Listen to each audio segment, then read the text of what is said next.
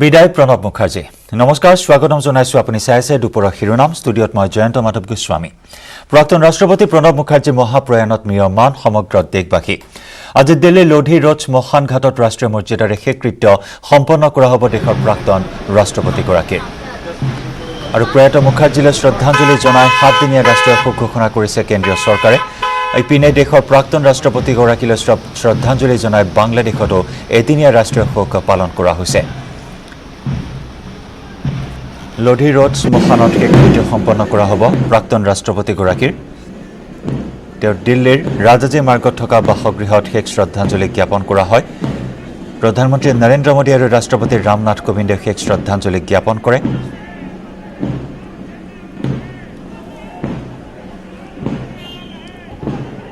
আৰু এই মুহূৰ্তত অন্তিম যাত্ৰাৰ পোনপটীয়া সম্প্ৰচাৰ আমি আগবঢ়াইছো লোধি ৰোড শ্মশানলৈ অন্তিম যাত্ৰা প্ৰণৱ মুখাৰ্জীৰ ৰাজাজী মাৰ্গৰ বাসগৃহৰ পৰা বৰ্তমান নচৰদে শ্মশান অভিমুখে লৈ অনা হৈছে আমি দেখুৱাইছো পোনপটীয়া সম্প্ৰচাৰ এই মুহূৰ্তত দিল্লীৰ পৰা ৰাজাজী মাৰ্গত শেষ শ্ৰদ্ধাঞ্জলি অন্তিম দৰ্শন কৰাৰ অন্তত অন্ত্যেষ্টিক্ৰিয়া সম্পন্ন কৰিবলৈ বৰ্তমান লোধি ৰোড শ্মশান অভিমুখে লৈ যোৱা হৈছে প্ৰাক্তন ৰাষ্ট্ৰপতিগৰাকীৰ নশ্বৰ দেহ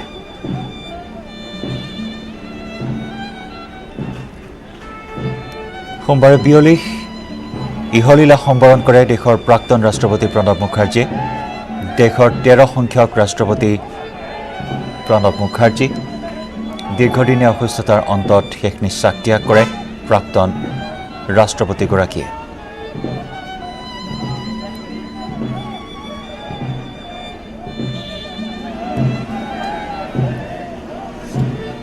সমগ্ৰ দেশবাসীক শোকস্তব্ধ কৰি চিৰবিদায় মাগিলে প্ৰণৱ মুখাৰ্জীয়ে আৰু কিছু সময় পিছতে তেওঁৰ পাৰ্থিৱ দেহ পঞ্চভূতত বিলীন হ'ব 7 দিনীয়া ৰাষ্ট্ৰীয় শোক ঘোষণা কেন্দ্ৰীয় চৰকাৰৰ মুখাৰ্জীৰ মৃত্যু দেশৰ ৰাজনীতিৰ বাবে এক অপূৰণীয় ক্ষতি এই কথা ইতিমধ্যে বিভিন্নজনে প্ৰকাশ কৰিছে কেন্দ্ৰীয় গৃহমন্ত্ৰী অমিত শ্বাহেও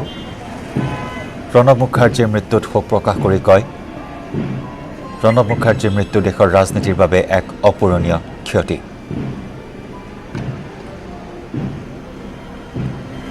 আজি ৰাজাজী মাৰ্গৰ বাসগৃহত উপস্থিত হৈ শেষ শ্ৰদ্ধাঞ্জলি জ্ঞাপন কৰে ৰাষ্ট্ৰপতি ৰামনাথ কোবিন্দ প্ৰধানমন্ত্ৰী নৰেন্দ্ৰ মোদী প্ৰাক্তন প্ৰধানমন্ত্ৰী ডক্টৰ মনমোহন সিঙকে ধৰি কেইবাগৰাকীও ভিভিআইপিয়ে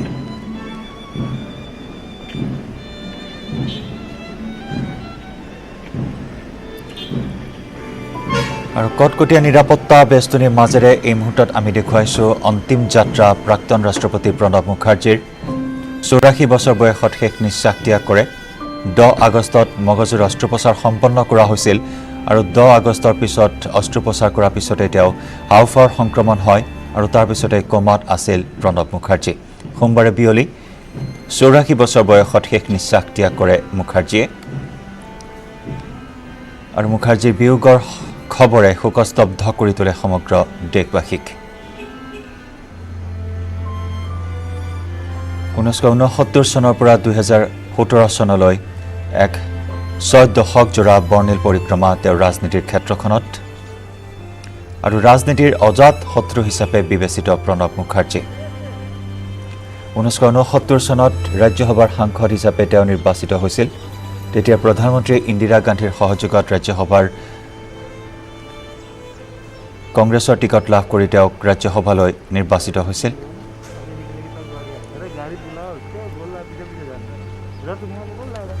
আৰু তাৰ পৰৱৰ্তী সময়ছোৱাত ইন্দিৰা গান্ধীৰ পৰা আৰম্ভ কৰি ৰাজীৱ গান্ধীৰ পৰা সোনিয়া গান্ধীলৈ পৰম আস্থাভাজন পৰম বিশ্বাসভাজন আছিল প্ৰণৱ মুখাৰ্জী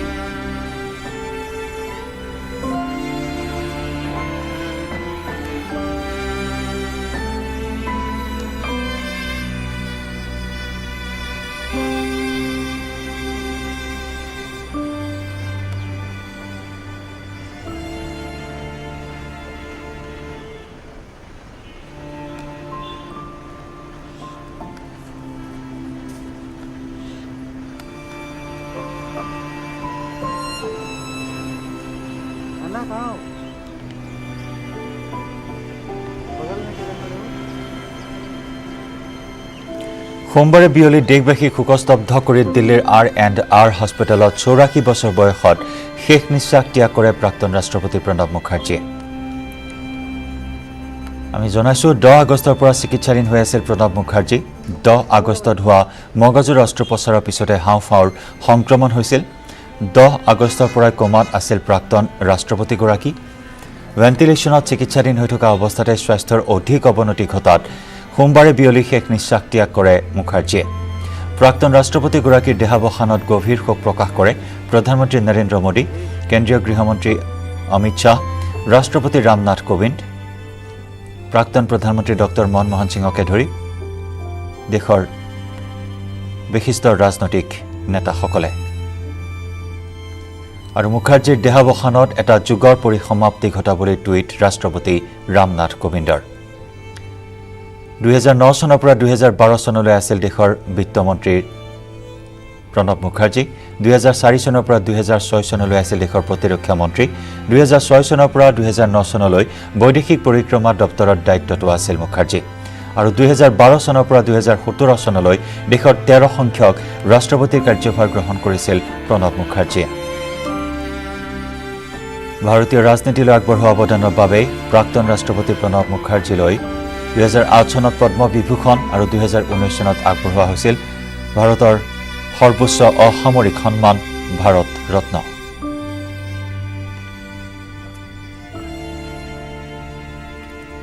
সম্পূৰ্ণৰূপে সাজু কৰি তোলা হৈছে লোধি ৰথ শ্মশান। আমি দৃশ্য দেখুৱাইছোঁ পোনপটীয়াকৈ এই মুহূৰ্তত।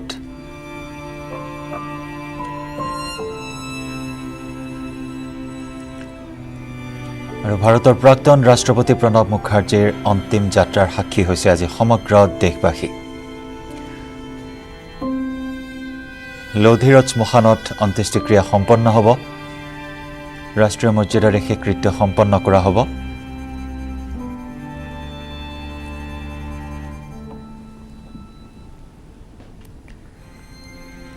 মুখাৰ্জীৰ বিয়োগত 7দিনীয়া ৰাষ্ট্ৰীয় শোক ঘোষণা কেন্দ্ৰীয় চৰকাৰৰ। '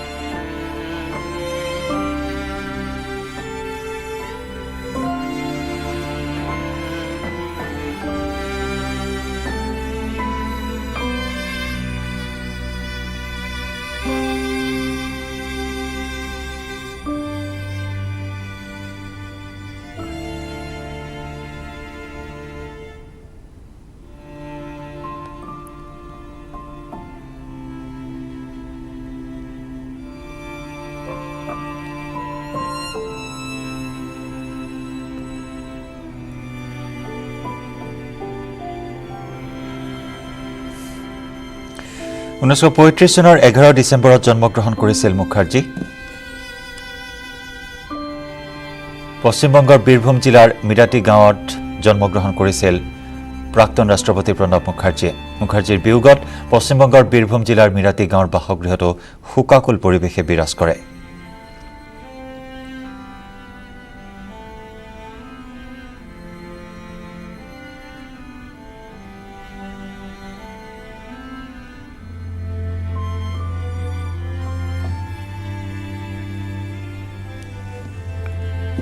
ভাৰতীয় জাতীয় কংগ্ৰেছৰ এগৰাকী জ্যেষ্ঠ নেতা আৰু তেওঁৰ কাৰ্যকালত আৰু তেওঁৰ ৰাজনৈতিক পৰিক্ৰমাত প্ৰায় 5ৰ পৰা 6টা দশকজোৰা এই দীঘলীয়া পৰিক্ৰমাত দেশৰ কেইবাটাও গুৰুত্বপূৰ্ণ দপ্তৰৰ দায়িত্ব গ্ৰহণ কৰিছিল প্ৰণৱ মুখাৰ্জীয়ে। 2009 চনৰ পৰা 2012 চনলৈ তেওঁ বিত্ত বিভাগৰ দায়িত্ব গ্ৰহণ কৰিছিল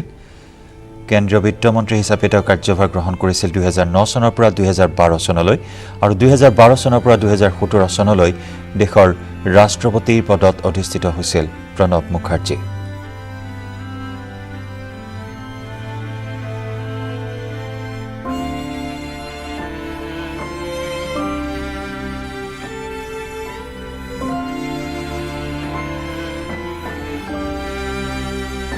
ঊনৈছশ চনত এতিয়া প্ৰধানমন্ত্ৰী ইন্দিৰা গান্ধীৰ সহায়ত তেওঁ ৰাজনীতিৰ পথাৰত সাংসদ হিচাপে খোজ দিছিল ৰাজ্যসভাৰ সাংসদ হিচাপে তেওঁ নিৰ্বাচিত হৈছিল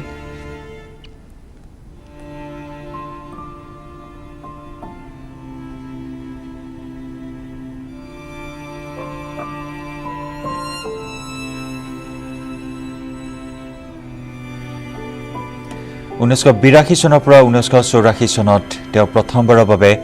মন্ত্ৰীৰ পদ লাভ কৰিছিল বিত্ত বিভাগৰ দায়িত্ব গ্ৰহণ কৰিছিল প্ৰণৱ মুখাৰ্জীয়ে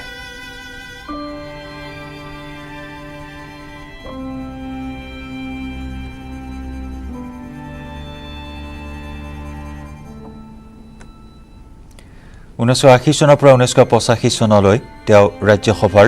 লিডাৰ অফ দ্য হাউচ হিচাপেও দায়িত্ব গ্ৰহণ কৰিছিল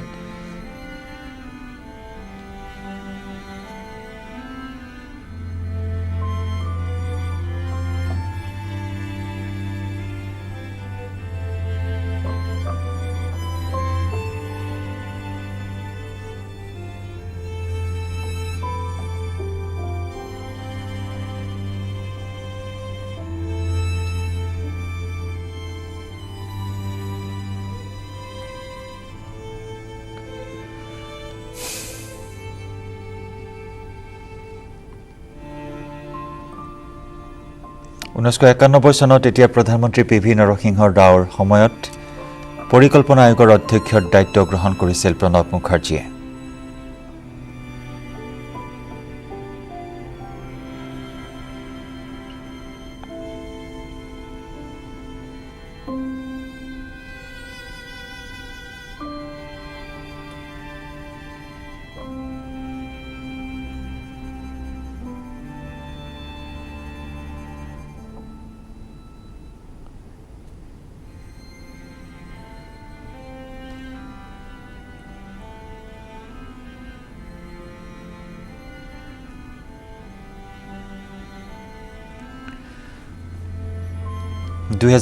চনৰ পৰা 2006 চনলৈ তেওঁ প্ৰতিৰক্ষা বিভাগৰ দায়িত্ব গ্ৰহণ কৰিছিল 2006 চনৰ পৰা 9 চনলৈ বৈদেশিক পৰিক্ৰমা দপ্তৰৰ দায়িত্ব গ্ৰহণ কৰিছিল আৰু 2009 চনৰ পৰা 12 চনলৈ তেওঁ পুনৰ এবাৰ বিত্ত বিভাগৰ দায়িত্ব গ্ৰহণ কৰিছিল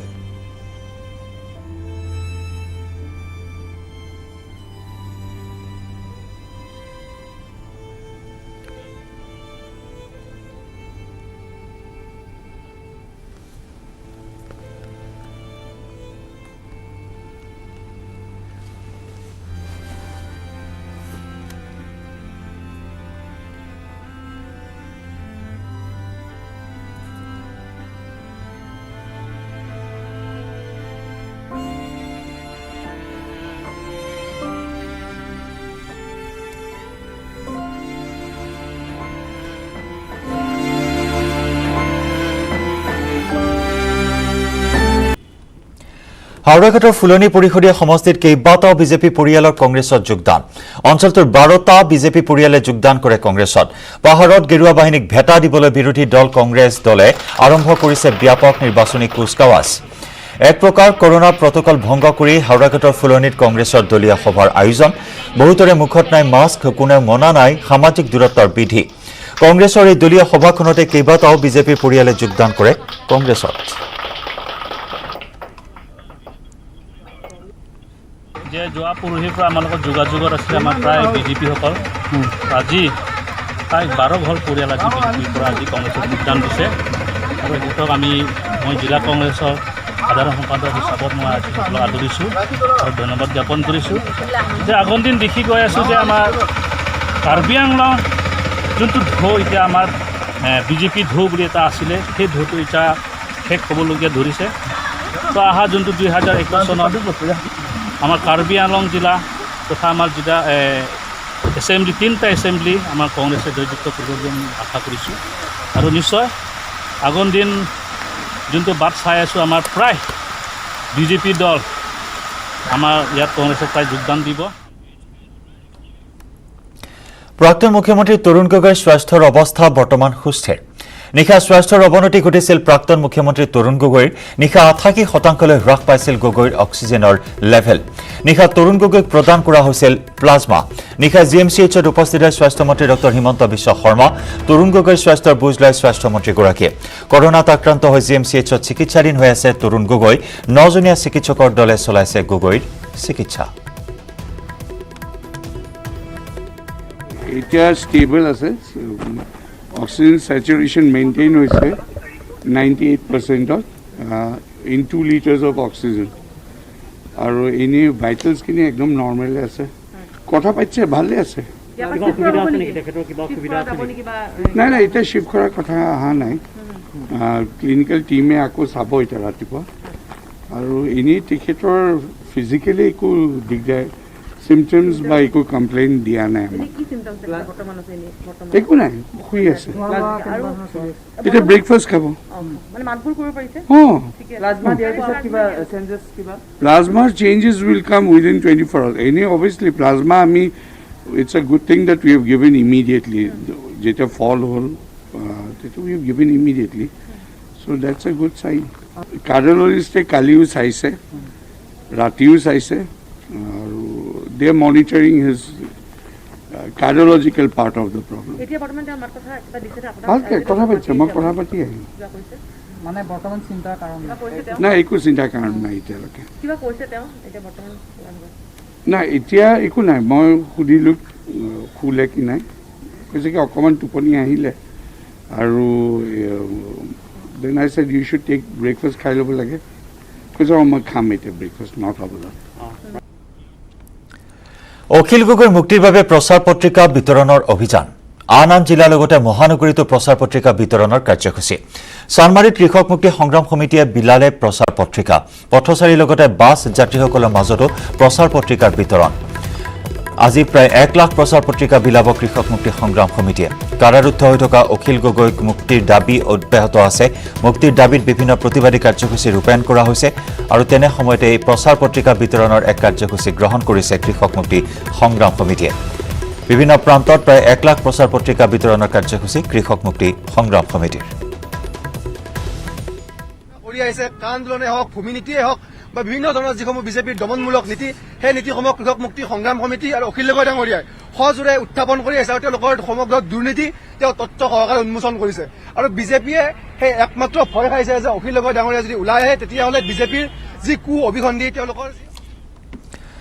আজি প্ৰাক্তন ৰাষ্ট্ৰপতি প্ৰণৱ মুখাৰ্জীৰ শেষকৃত্য সম্পন্ন কৰা হ'ব লোধি ৰোড শ্মশানত শেষকৃত্য সম্পন্ন কৰিবলৈ বৰ্তমান প্ৰস্তুতি সম্পূৰ্ণ কৰি তোলা হৈছে ইতিমধ্যে আৰম্ভ হৈছে প্ৰাক্তন ৰাষ্ট্ৰপতি প্ৰণৱ মুখাৰ্জীৰ অন্তিম যাত্ৰা কিছু সময় পিছতে পঞ্চভূতত বিলীন হ'ব প্ৰাক্তন ৰাষ্ট্ৰপতিগৰাকীৰ নশ্বৰ দেহ আৰু তাৰ বাবে প্ৰস্তুতি প্ৰায় সম্পূৰ্ণ কৰি তোলা হৈছে আমি দেখুৱাইছো পোনপটীয়া সম্প্ৰচাৰ 84 বছৰ বয়সত শেষ নিশ্বাস ত্যাগ কৰে কালি বিয়লি ভাৰতৰ প্ৰাক্তন ৰাষ্ট্ৰপতিগৰাকীয়ে দীৰ্ঘদিনীয়া অসুস্থতা আৰু সেই অসুস্থতাৰ অন্তত 10 আগষ্টত তেওঁৰ অস্ত্ৰোপচাৰ সম্পন্ন কৰা হৈছিল আৰু অস্ত্ৰোপচাৰ কৰাৰ পিছৰে পৰা তেওঁ কোমাত আছিল আৰু সোমবাৰে বিয়লি শেষ নিশ্বাস ত্যাগ কৰে প্ৰাক্তন ৰাষ্ট্ৰপতিগৰাকীয়ে আৰু প্ৰাক্তন ৰাষ্ট্ৰপতিগৰাকীৰ বিয়োগত শোকস্তব্ধ সমগ্ৰ দেশবাসী দেশৰ ৰাজনৈতিক জগত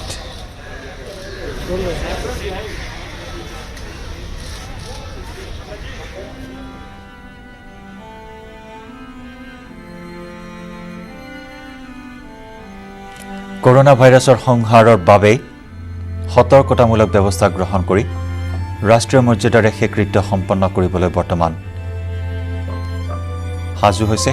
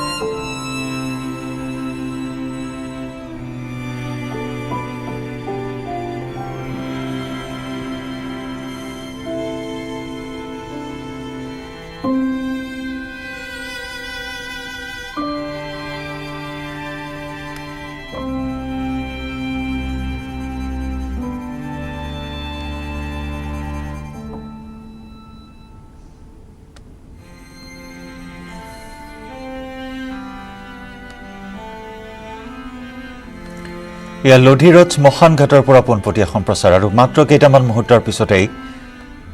শেষকৃত্য সম্পন্ন কৰা হ'ব ৰাষ্ট্ৰীয় মৰ্যাদাৰে অন্ত্যেষ্টিক্ৰিয়া সম্পন্ন কৰা হ'ব আৰু মাত্ৰ কেইটামান মুহূৰ্তৰ পিছতে পঞ্চভূতত বিলীন হ'ব প্ৰাক্তন ৰাষ্ট্ৰপতি প্ৰণৱ মুখাৰ্জীৰ নশ্বৰ দেহ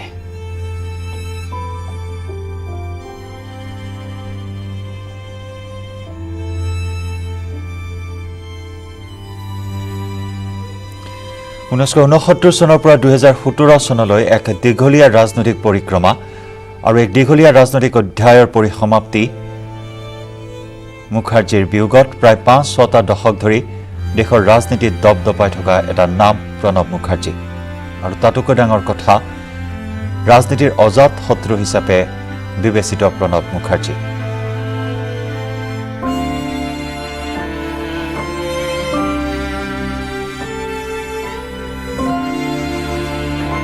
আৰু তেওঁৰ সেই ব্যক্তিত্ব আৰু সেই গুণৰ বাবে আজি শ্ৰদ্ধাৰে সোঁৱৰণ কৰিছে সকলোৱে দেশৰ ভূতপূৰ্ব ৰাষ্ট্ৰপতিগৰাকী